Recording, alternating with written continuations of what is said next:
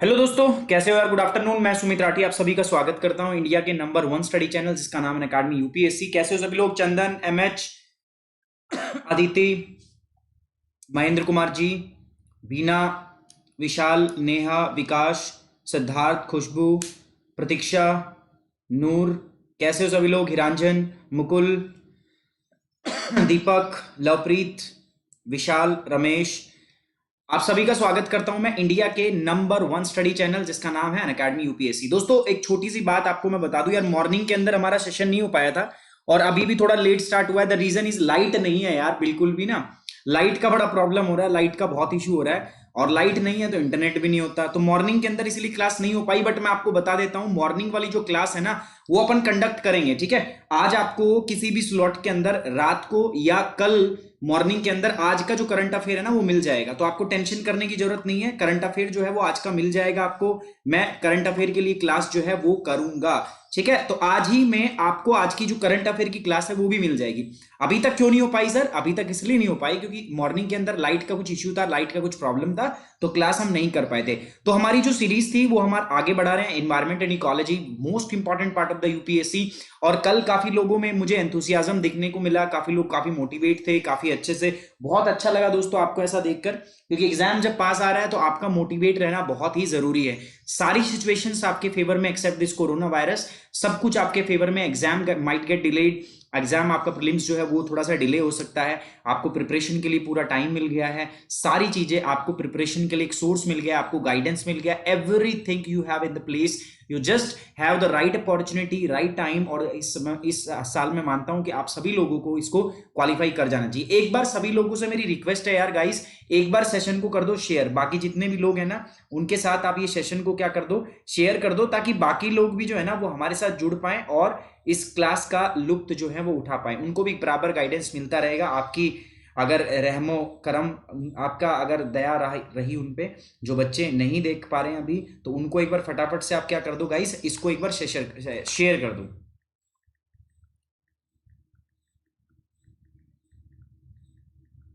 ठीक है।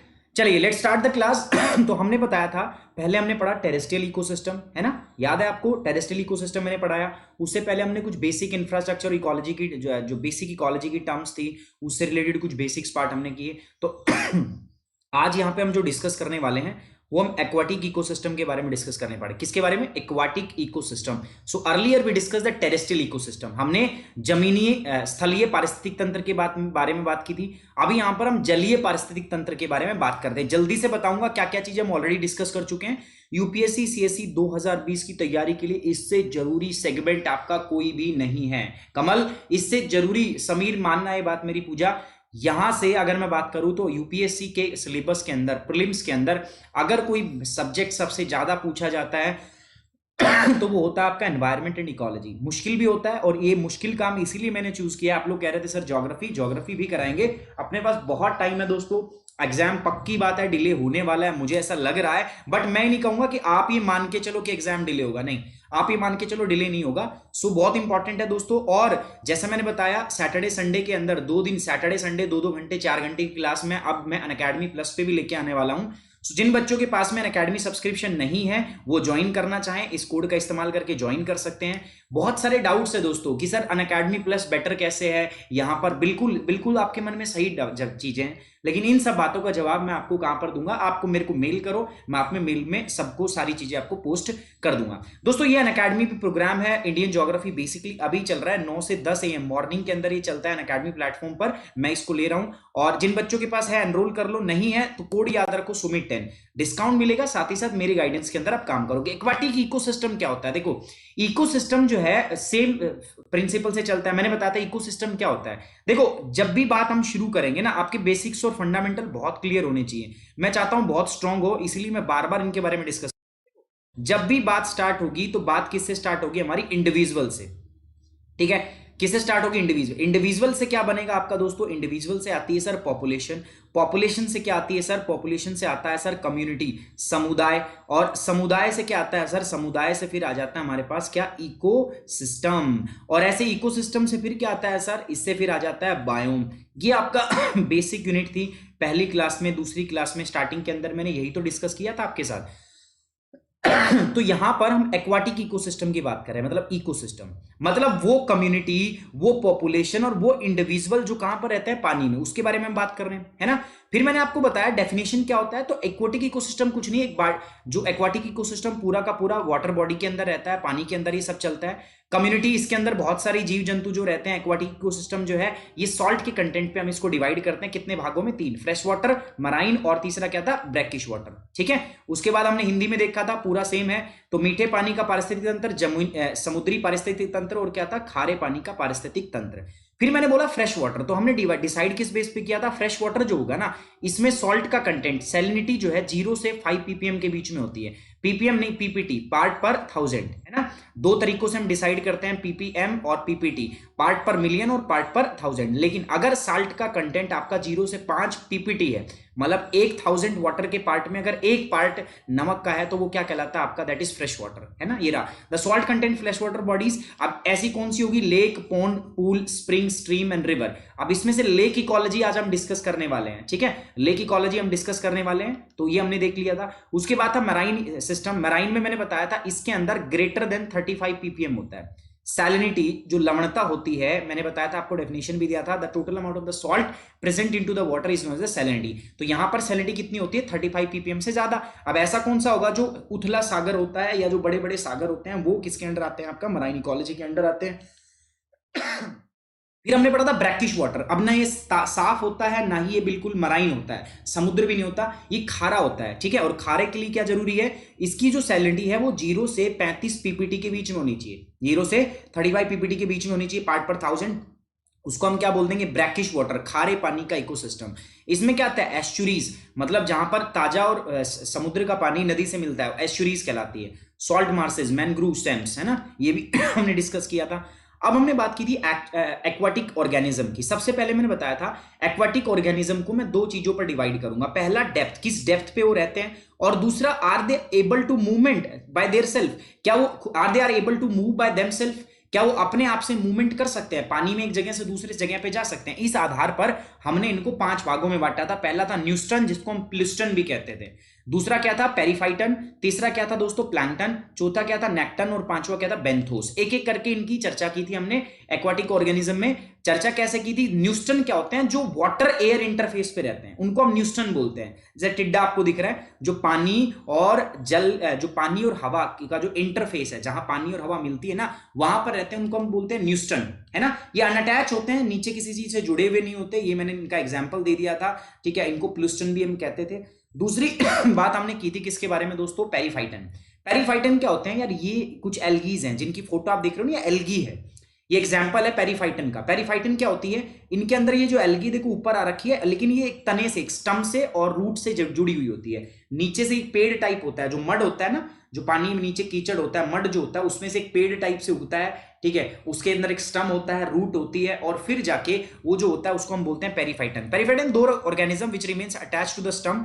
ये तने से अटैच होते हैं, इनके पर पत्ते भी होते हैं, and they are rooted plants और the substances emerging about the bottom mud as the sessile algae, जो आप देख रहे हो, ठीक है? ये बाहर आते हैं, तो ये पेरिफाइटन हो गए। ये क्या करते हैं, बहुत सारे कंटेमिनेशन को ना पानी में से एब्जॉर्ब कर लेते हैं। सो अगर ये जितने ज्यादा, ये वाटर क्वालिटी के इंडिकेटर भी है, मतलब अगर पेरिफाइटन किसी एक पानी में ज्यादा है, दैट मीन्स वहां पर पॉल्यूशन भी क्या है, उस पानी में बहुत ही ज्यादा है। देखो ऐसी कोई चीज जो पॉल्यूशन को अपने अंदर एब्जॉर्ब कर लेती है, और वो चीज अगर ज्यादा है वहां पर, उसका मतलब सीधा सीधा क्या हुआ कि वहां पर उस एरिया में पॉल्यूशन भी क्या है दोस्तों, ज्यादा है। इस तरीके के ट्रिकी क्वेश्चन जो है ना वो यूपीएससी आपसे पूछता है, ठीक है। वो पूछेगा आपसे कि बताओ अगर किसी एरिया में पेरिफाइटन है, पेरिफाइटन ज्यादा प्रेजेंट है, तो आप मुझे वो बोलेंगे कि आप बताओ कि अगर पेरिफाइटन ज्यादा प्रेजेंट है तो आपको ये बताना होगा वहां पे वाटर क्वालिटी कैसी है। तो आप बोलोगे सर वाटर क्वालिटी तो पॉल्यूटेड वाटर है, वाटर क्वालिटी बहुत डिग्रेडेड है, क्योंकि ये जो है, और बाद में ये क्या कर सकते हैं, उसको एब्जॉर्ब कर सकते हैं, उस कंटेमिनेशन को रिमूव भी ये क्या कर सकते हैं, हटा सकते हैं। और उसका जो वाटर क्वालिटी है बाद में जब ये आ जाएंगे तो बाद में वाटर क्वालिटी बेटर इंडिकेट जो मैनेज है वो हो सकती है वहां पर। पेरिफाइटन हो गया। अब उसके बाद मैं बात करता हूं प्लैंकटन। प्लैंकटन ये रहे। अब प्लैंकटन क्या होते हैं, बहुत सूक्ष्मदर्शी जीव होते हैं, बस खास बात ये होती है कि अपने आप से मूवमेंट नहीं कर सकते।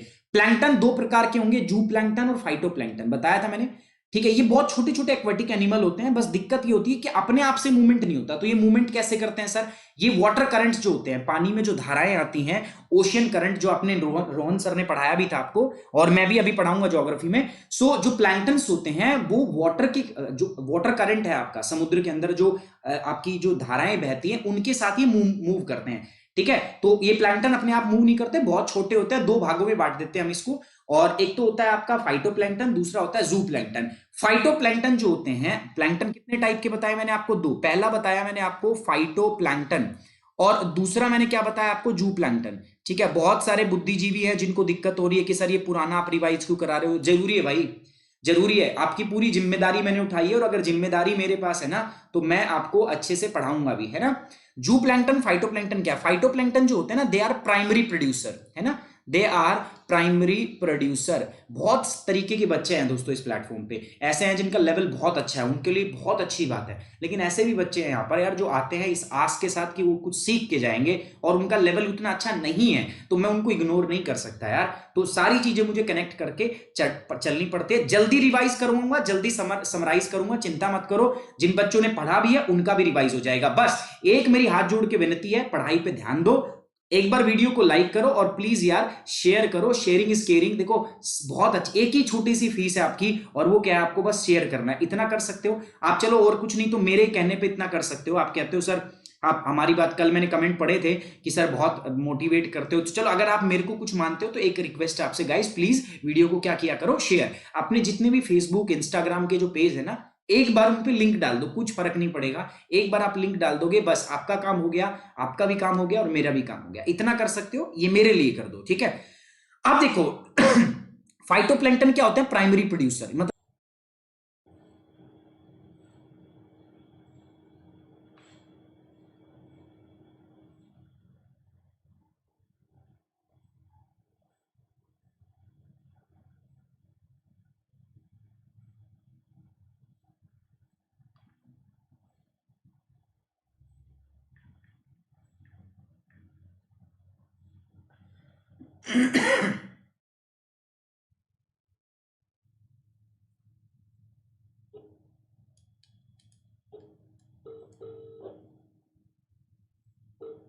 हेलो।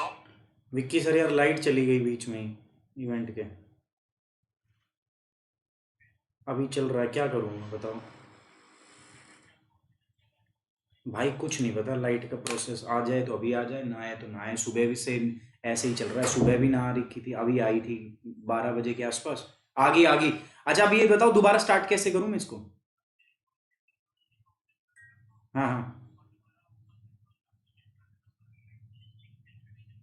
ठीक है, ओबीएस बंद करके स्टार्ट कर दूं ना दोबारा, बस लाइन पे रहे, लाइन पे रहे भाई।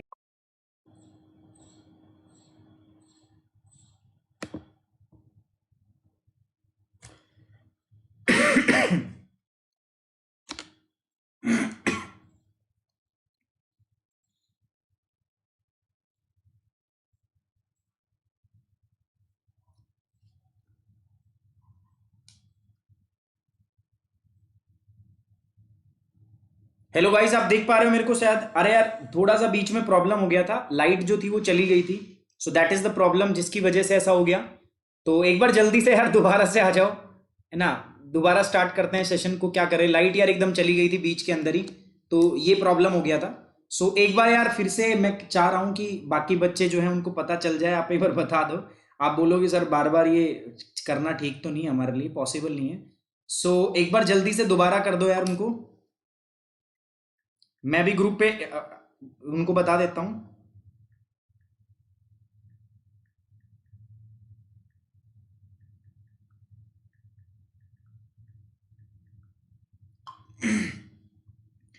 ठीक है, तो एक बार जल्दी से शेयर कर दो यार बाकी बच्चों के साथ फिर से। एक्चुअली लाइट प्रॉब्लम थी, इलेक्ट्रिसिटी प्रॉब्लम थी, तो जिस वजह से प्रॉब्लम हो गया और थोड़ा सा चीजें खराब हो गई। बट हमने स्टार्ट कर लिया यार, दोबारा से हम आ गए हैं। तो एक बार बाकी बच्चों को बता दो। I am very sorry guys, मैं कुछ कर नहीं सकता यार, इलेक्ट्रिसिटी बिजली का आप भी जानते हो, लाइट एकदम से बीच में छपाक दे सी चली गई, तो मैं कुछ नहीं कर सकता था उसमें, है ना। So but sorry for the inconvenience. So plankton क्या होते हैं, मैंने बताया दो प्रकार के होते हैं, जू प्लैंकटन जो होते हैं, और दूसरा होता है phytoplankton are the primary producer, zooplankton are the primary consumer, है ना। बट ये क्या होते हैं, आपस में मूव नहीं कर सकते। और अगर पेड़ है, फाइटोप्लैंक्टन इज नथिंग बट वो फोटोसिंथेटिक एक्टिविटी के साथ फूड प्रोड्यूस करता है, तो वो कहां मिलेगा, फोटिक जोन में, क्योंकि लाइट उसके लिए जरूरी है, तभी वो खाना प्रोड्यूस कर पाएगा। कल भी बताया था मैंने आपको, है ना। इसके बाद हमने बात किया नेक्टन। नेक्टन क्या होते हैं, ये समुद्र इसी में रहते हैं, मराइन लाइफ में रहते हैं। ये basically they can move by themselves, ये अपने आप से क्या कर सकते हैं, मूवमेंट कर सकते हैं, इसलिए हम इनको क्या बोलते हैं, आपका नेक्टन। ये फोटिक और एफोटिक मतलब जहां लाइट जाती है वहां पर भी मिलते हैं, और एफोटिक मतलब जहां लाइट नहीं जाती वहां पर भी मिलते हैं, है ना। तो एग्जाम्पल है इनका, जैसे फिश हो गया, श्राइम्स हो गया, झींगा मछली है। इसके बाद अब बेंथोस। बेंथोस वो होते हैं जो समुद्र में सबसे नीचे पाए जाते हैं। देखो जितनी भी मराइन लाइफ होती है ना, उनके अंदर एक वेल डेवलप्ड, मतलब बहुत सारे ऐसे जीव जानवर होते हैं, जीव जंतु होते हैं जो बिल्कुल बेसमेंट में वहां पर पाए जाते हैं। तो एक वेल डेवलप्ड बेंथोस जो है वहां पर पाया जाता है, तो उसमें कोई प्रॉब्लम नहीं है, कोई दुराई नहीं है। जैसे यहां पर आप देख सकते हो दी स्टार और jellyfish, they are the benthos, ये बेंथोस होता है, ठीक है। तो बेसिकली जो बेंथोस होते हैं ये एफोटिक जोन में पाए जाते हैं, लाइट नहीं आती, तो पता नहीं कैसे यहाँ जीवित रहते हैं, तो ये अपने आप से मिस्ट्रीज है। और यहाँ पर ज्यादातर जो है वो कौन पाए जाते हैं, आपका दे आर डिकम्पोजर, ज्यादातर यहाँ डिकम्पोजर पाए जाते हैं। डिकम्पोजर का मतलब क्या होता है, जो डिकम्पोज करते हैं, जो विघटित करने वाले जो लोग जो जीव होते हैं, जो विघटन करते हैं, वो यहाँ पर आपके प्रेजेंट होते हैं। So benthos includes sponge, clams, angel fish. कल मैंने आपको बता ही दिया था सारी बातें। चलो इसके बाद मैंने बताया था there are the certain factors which affects the productivity of the aquatic habitat. Productivity, किसी भी हैबिटेट के अंदर प्रोडक्टिविटी को अफेक्ट करने वाले कुछ फैक्टर्स हमारे पास में होते हैं, है ना। कुछ तो ऐसे असामाजिक तत्व होते हैं, जैसे टेरेस्ट्रियल इकोसिस्टम की बात करूं मैं, स्थलीय पारिस्थितिक तंत्र में दो थे मेरे पास, तापमान और दूसरा क्या था, प्रेसिपिटेशन। इसी प्रकार एक्वाटिक इकोसिस्टम में मेरे पास दो है, पहला कौन सा है सर, सनलाइट, और दूसरा क्या, ऑक्सीजन। याद रखना एक्वाटिक इकोसिस्टम दो ही चीजों पर डिपेंड करता है, सूर्य का प्रकाश और आपका ऑक्सीजन। इसके बाद मैंने बताया था, ये हिंदी में था, वही सेम चीज थी, किस पर निर्भर करता है। फिर हमने बात किया था एक एक करके, फोटिक जोन किसको कहते हैं। देखो फोटिक जोन से आपको डायग्राम में भी दिख रहा है ना, वो जोन जहां तक सूरज का प्रकाश आपको दिख रहा है उस जोन को हम बोलते हैं फोटिक जोन। फोटिक जोन के अंदर ही फाइटोप्लैंक्टन और जूप्लैंक्टन पाए जाते हैं, क्योंकि फाइटोप्लैंक्टन प्राइमरी प्रोड्यूसर है ना, प्राथमिक उत्पादकता है, तो उनको सूर्य की लाइट का इस्तेमाल करते हैं वो, और फिर क्या करते हैं वो अपने भोजन का निर्माण करते हैं। So they are the primary producer. Guys एक बार यार please, it's my humble request to all of you, एक बार शेयर कर दो यार दोबारा से, है ना, ताकि बाकी बच्चे जो है वो जुड़ पाए यार। मैं मानता हूं यार आप लोग परेशान हो गए हो, तो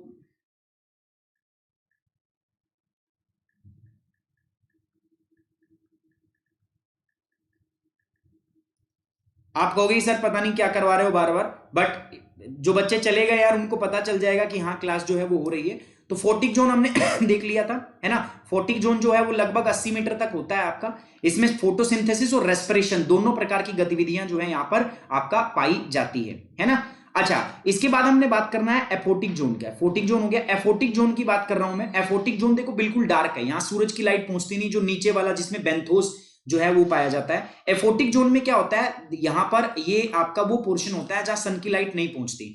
इनको हम बियॉन्ड द डेप्थ, बहुत गहराई के अंदर ये होते हैं जहां 1% सूरज की लाइट पहुंचती है। बॉटम मोस्ट जोन होता है आपका ये, है ना। यहां सिर्फ और सिर्फ रेस्पिरेशन एक्टिविटी होती है, यहां पर कोई भी आपका फोटोसिंथेटिक एक्टिविटी नहीं होती। इनको हम ऑक्सीजन कंजम्पशन जोन भी बोलते हैं। Aphotic zone they are the oxygen consumption zone. कैसे, अभी मैं आपको आज बताऊंगा, ठीक है। तो ये हो गया आपका एफोटिक जोन। चलिए अब बात करते हैं आज का जो टॉपिक है हमारा, और एफोटिक जोन के बाद आज जो टॉपिक है this is the dissolved oxygen, है ना। डिसॉल्व ऑक्सीजन क्या होती है सर? देखो, पानी के अंदर अगर एक्वाटिक ऑर्गेनिज्म रहते हैं तो there must be some kind of some oxygen there, वहां पर कुछ ऑक्सीजन होगा तभी तो जीव रह पाएंगे। भाई जीवों को जीने के लिए क्या चाहिए होते हैं भाई, चाहे वो प्राइमरी कंज्यूमर हो, सेकेंडरी हो, टर्सरी हो, टॉप प्रेडेटर हो, सबको जीवन जीने के लिए ऑक्सीजन की जरूरत होती है। ऑक्सीजन हम रेस्पिरेशन के द्वारा ऑक्सीजन को इनहेल करते हैं और बाद में कार्बन डाइऑक्साइड को क्या करते हैं आपका एक्सेल करते हैं, ये बात तो पता है आपको। तो मैं क्या कह रहा हूं, अगर ऑर्गेनिज्म है तो उसको किसकी आवश्यकता पड़ेगी? ऑक्सीजन की। अब पानी के अंदर जितनी अमाउंट में ऑक्सीजन होता है ना उसको हम मापते हैं, तो उसको मापने के लिए हम एक वर्ड यूज करते हैं जिसका नाम होता है डिसॉल्व ऑक्सीजन। क्या वर्ड होता है आपका? Dissolve oxygen. कि कितना अमाउंट में ऑक्सीजन जो है वो वाटर के अंदर क्या है आपका? डिसॉल्व है। ठीक है, सो यहां पर पढ़ेंगे in aquatic ecosystem oxygen is dissolved in water where its concentration varies constantly depending on the factor that influence the input and output of the oxygen. एक बात बताओ, मैं आपको सिंपल बात बोल रहा हूं कि ऑर्गेनिज्म अगर पानी में रहते हैं तो वहां पर ऑक्सीजन का होना जरूरी होगा या नहीं होगा? आप बताओ। अगर वहां ऑक्सीजन नहीं होगी तो फिर ऑर्गेनिज्म जो है वो वैसे सरवाइव कहां से कर पाएगा? तो ऑक्सीजन बहुत ही क्या है, कंपलसरी है, जरूरी है। अब जो ऑक्सीजन की प्रेजेंस है ना, ये दो चीजों पर डिपेंड करती है। एक तो इनपुट, इनपुट मतलब ऑक्सीजन आ कहां से रहा है, और आउटपुट मतलब ऑक्सीजन जा कहां से रहा है। ठीक है, तो ये दोनों चीजें बहुत ही जरूरी है। अगर मैं बात करूं अभी इनपुट और आउटपुट के बारे में बताऊंगा। In the fresh water the average concentration of the dissolved oxygen is 10 part पर मिलियन। तो अगर मैं बात करता हूं आपका किसी फ्रेश वाटर के अंदर, ताजा पानी के अंदर, तो 10 ppm होती है ऑक्सीजन की मात्रा। मतलब अगर 1 मिलियन पार्ट पानी का है ना तो उसमें सिर्फ 10 पार्ट किसके होते हैं? आपके ऑक्सीजन के। 10 ppm, ppm याद रखो, पार्ट पर मिलियन। ठीक है, फ्रेश वाटर में बहुत कम है यार। कितनी ज्यादा कम है? एनवायरमेंट से लगभग 150 गुना कम है। जो हवा है ना, हवा में ऑक्सीजन की मात्रा से 150 गुना कम है। कहां पर?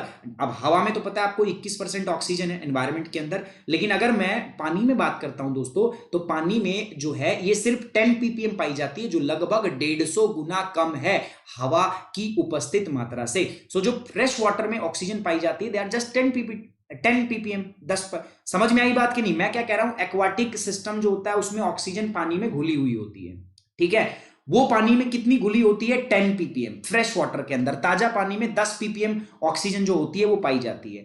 तो अगर पानी में 3 से 5 ppm के बीच में अगर मिलने लगे ना ऑक्सीजन, मतलब वो पानी खराब है। 3 ppm से नीचे जाते ही जो पानी में जीव होते हैं ना, उनकी मृत्यु होने लग जाती है। ठीक है, so this is 150 times lower than the concentration of the oxygen in the equivalent volume. हवा में जितनी ऑक्सीजन पाई जाती है उससे 150 गुना कम ऑक्सीजन होती है किसमें? पानी में। अब मैंने क्या बताया था, ऑक्सीजन का जो मात्रा है आपका इक्वाटिक इकोसिस्टम में, that depends upon the input and the output. भाई क्या चीज इनपुट है? कितना हम इनपुट दे रहे हैं? भाई ऑक्सीजन आ कहां से रहा है? इनपुट। और ऑक्सीजन जा कहां रहा है? आउटपुट। तो दो चीजों पर निर्भर करता है। तो इनपुट क्या है? इनपुट है एयर वाटर इंटरफेस। मैंने बता देखो, जब समुद्र होता है, समुद्र के ऊपर जस्ट क्या होती है? हवा। तो हवा से भी ऑक्सीजन जो होता है वो आपका पानी के अंदर क्या होता है? डिसॉल्व होता है। तो उसको हम बोलते हैं सरफेस, जो आपका एयर वाटर इंटरफेस है वहां से, मतलब हवा और पानी जहां टच करती है ना, वहां से कुछ अमाउंट में ऑक्सीजन जो है वो पानी में घुल जाती है, पहली बात। दूसरा, यार मैंने अभी बताया था ना आपको कि समुद्र के अंदर में क्या होते हैं? समुद्र के अंदर में फाइटोप्लैंक्टन होते हैं, बताया था। फाइटोप्लैंक्टन जो होते हैं ना, ये एक्वाटिक इकोसिस्टम के क्या कहलाते हैं? आपके प्राइमरी प्रोड्यूसर। और जो प्रोड्यूसर होते हैं ये क्या करते हैं? ये CO2 प्लस में सनलाइट का उपयोग करते हैं, और इस प्रोसेस को हम बोलते हैं फोटोसिंथेसिस, प्रकाश संश्लेषण। और फोटोसिंथेसिस करके ये क्या करते हैं? अपना खाना बनाते हैं, और साथ ही साथ में ये बाय प्रोडक्ट के रूप में क्या रिलीज करते हैं? ऑक्सीजन। पता है ना आपको? तो ऑक्सीजन रिलीज करते हैं। तो ये ऑक्सीजन पानी में घुल जाती है। तो दो तरीकों से इनपुट ऑक्सीजन की दो तरीकों से होती है, तो air water interface and second is the photosynthetic activity. Is this thing is clear to you or not? ठीक है, आपको क्लियर है? नीलम आप जरूर बनेंगे IAS ऑफिसर, जरूर 100%। भगवान ने चाहा, और आपने अगर, भगवान तो चाहता ही है, सभी के लिए चाहता है, भगवान किसी के लिए गलत नहीं चाहता। तो सबसे ज्यादा चाहने की बात यहां पर किसकी? अगर आप चाहते हो, अगर आप अपने आप को ट्रैक पे रखते हो। देखो बहुत सारे टेम्पटेशन आते हैं लाइफ के अंदर। ये लाइफ में हम बहुत सारी चीजें करते हैं, इस समय हमें बहुत सारे शौक लगते हैं, ये कर लेते हैं, वो कर लेते हैं, लेकिन जो अपने आप को कंट्रोल में रखता है ना, इन टेम्पटेशन से जो लुभावना हमें मिलती है, और उनसे ध्यान ना भटका के अपने एम के लिए फोकस्ड रहता है ना, वो हम 100% सक्सेसफुल होता है। तो इनपुट क्या होती है, एयर वाटर इंटरफेस, और दूसरा क्या होता है आपका फोटोसिंथेटिक एक्टिविटी। अब आउटपुट, ऑक्सीजन जाती कहां पर है, देखो ऑक्सीजन जाएगी कहां पर, पहला तो एयर वाटर इंटरफेस, जहां से पानी और समुद्र कांटेक्ट में है ना, वहां से जो ऑक्सीजन है वो वापस एनवायरमेंट में चली जाएगी, एक तो बात वो। दूसरा क्या होगा, रेस्पिरेशन एक्टिविटी, भाई पानी में जीव भी तो है ना बहुत सारे, वो क्या करते हैं, ऑक्सीजन को इनहेल करते हैं, ऑक्सीजन को कंज्यूम करते हैं, है ना, तो वहां पर भी होगा। सो दोनों है, देखो इनपुट और आउटपुट। मैंने क्या बोला, ऑक्सीजन डिसॉल्व होती है पानी में, समुद्र के पानी में, फ्रेश वाटर के अंदर, बैक वाटर के अंदर, सबके अंदर ऑक्सीजन पाई जाती है। साफ पानी में ऑक्सीजन की मात्रा सबसे ज्यादा होती है, लगभग 10 पार्ट पर मिलियन पीपीएम, जो आपका एयर की क्वालिटी से, एयर की कंसेंट्रेशन से 150 गुना कम होती है। अब पानी में जो ऑक्सीजन की मात्रा है वो दो चीजों पर निर्भर करेगी, पहला ऑक्सीजन की इनपुट और दूसरा ऑक्सीजन की आउटपुट। इनपुट कहां से हो रही है सर, इनपुट एक तो एयर वाटर इंटरफेस से आ रही है, जो हवा और पानी का कांटेक्ट है वहां से हवा में घुलती है, और दूसरा प्रकाश संश्लेषण की गतिविधि होती है नीचे हमारे उसमें, है ना, फोटोसिंथेटिक एक्टिविटी होती है उनकी। तो दो वजहों से हमारे पास डिसॉल्व ऑक्सीजन प्राप्त होती है हमें। और जाती कहां पर है, सेम उसी एयर वाटर इंटरफेस से वो ऑक्सीजन एनवायरनमेंट में चली जाती है, और साथ ही साथ में जो रेस्पिरेशन एक्टिविटी होती है वहां पर, वहां से भी ऑक्सीजन क्या होती है, वो एस्केप कर जाती है ना, कंज्यूम कर ली जाती है। तो ये हो गया आपका डिसॉल्व्ड ऑक्सीजन के बारे में। अब कुछ बच्चे होंगे जो कहेंगे सर हिंदी में बताओ, ये लो आप लोगों को हिंदी में भी है। डिसॉल्व्ड ऑक्सीजन क्या होता है, जलीय पारिस्थितिक तंत्र में ऑक्सीजन पानी में घुल जाती है, जहां पानी में ऑक्सीजन इनपुट और आउटपुट को प्रभावित करने वाले कारकों के आधार पर उसकी एकाग्रता लगातार बदलती रहती है। कितना पानी के अंदर ऑक्सीजन होगा ये निर्भर करेगा किसके ऊपर, कि आपका इनपुट और आउटपुट कितना। भी बताया मैंने बताया ताजा पानी में ना 10 पार्ट प्रति मिलियन होता है, 10 पीपीएम होता है, 10 पीपीएम होता है ना। हवा में जो है वो 150 गुना कम होती है। इनपुट क्या होती है, वायु जल इंटरफेस, आउटपुट में भी वायु जल इंटरफेस और प्रकाश संश्लेषण गतिविधि, और आउटपुट में एक और भी है जिसको हम क्या बोलते हैं, आपका श्वसन क्रिया। दिस इज नॉट उत्पादन, दिस इज कंजप्शन, ये आउटपुट है, कंज्यूम होती है इससे, ठीक है। चलिए आगे बढ़ते हैं दोस्तों, what are the limiting factor of the dissolved oxygen. अब पानी के अंदर कितना ऑक्सीजन होगा ना दोस्तों, ये भी बहुत चीजों पे डिपेंड करता है। बहुत इंपॉर्टेंट टर्म्स में लेके आने वाला हूं आपके सामने। अब ये जो टर्म्स है ना बहुत ही ज्यादा इंपॉर्टेंट है दोस्तों, मैं बार बार बोलता हूं, एक से दो क्वेश्चन यहां से मिनिमम है इस टॉपिक से। What are the limiting factor of the dissolved oxygen? अब दिमाग को थोड़ा सा चलाना, दिमाग की जरूरत पड़ेगी। जिन जिन बच्चों ने दिमाग अभी साइड में रखा हुआ था, दिमाग को उठा लो, थोड़ी देर के लिए दिमाग उठा लो, चैट बॉक्स से थोड़ा बंद कर दो, इधर देखो। What are the limiting factor, देखो 2 मिनट के लिए क्या चैट बॉक्स शांत रह सकता है, मैं देखना चाहता हूं।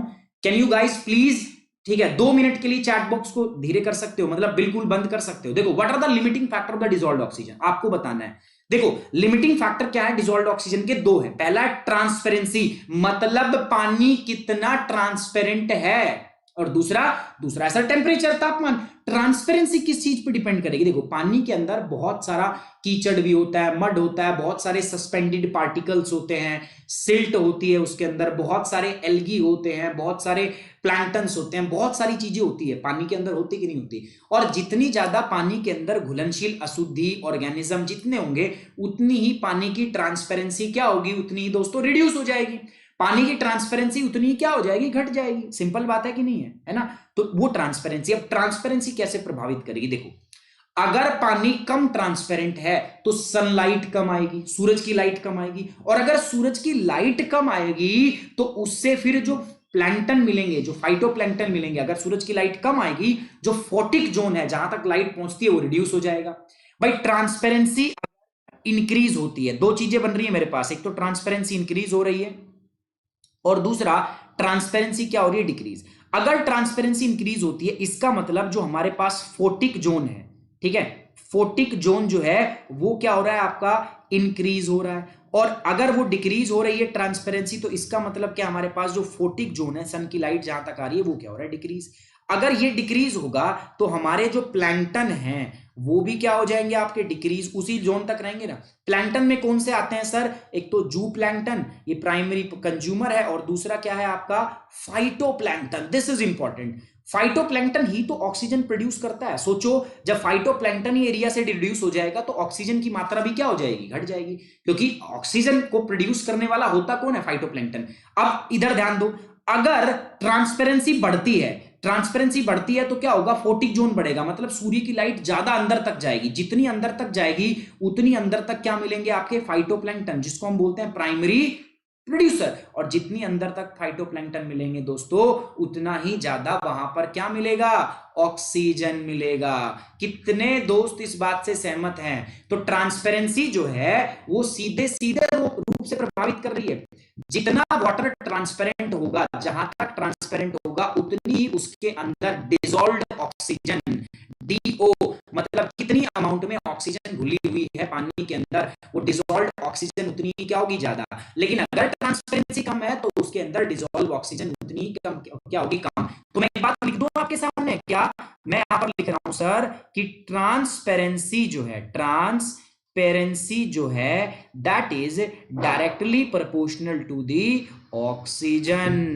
ऑक्सीजन भी कौन सी, dissolved oxygen into the aquatic ecosystem. कितने लोग मेरी बात से सहमत है? जल्दी से बताओ, कम ऑन गाइस, फटाफट जल्दी, क्विक।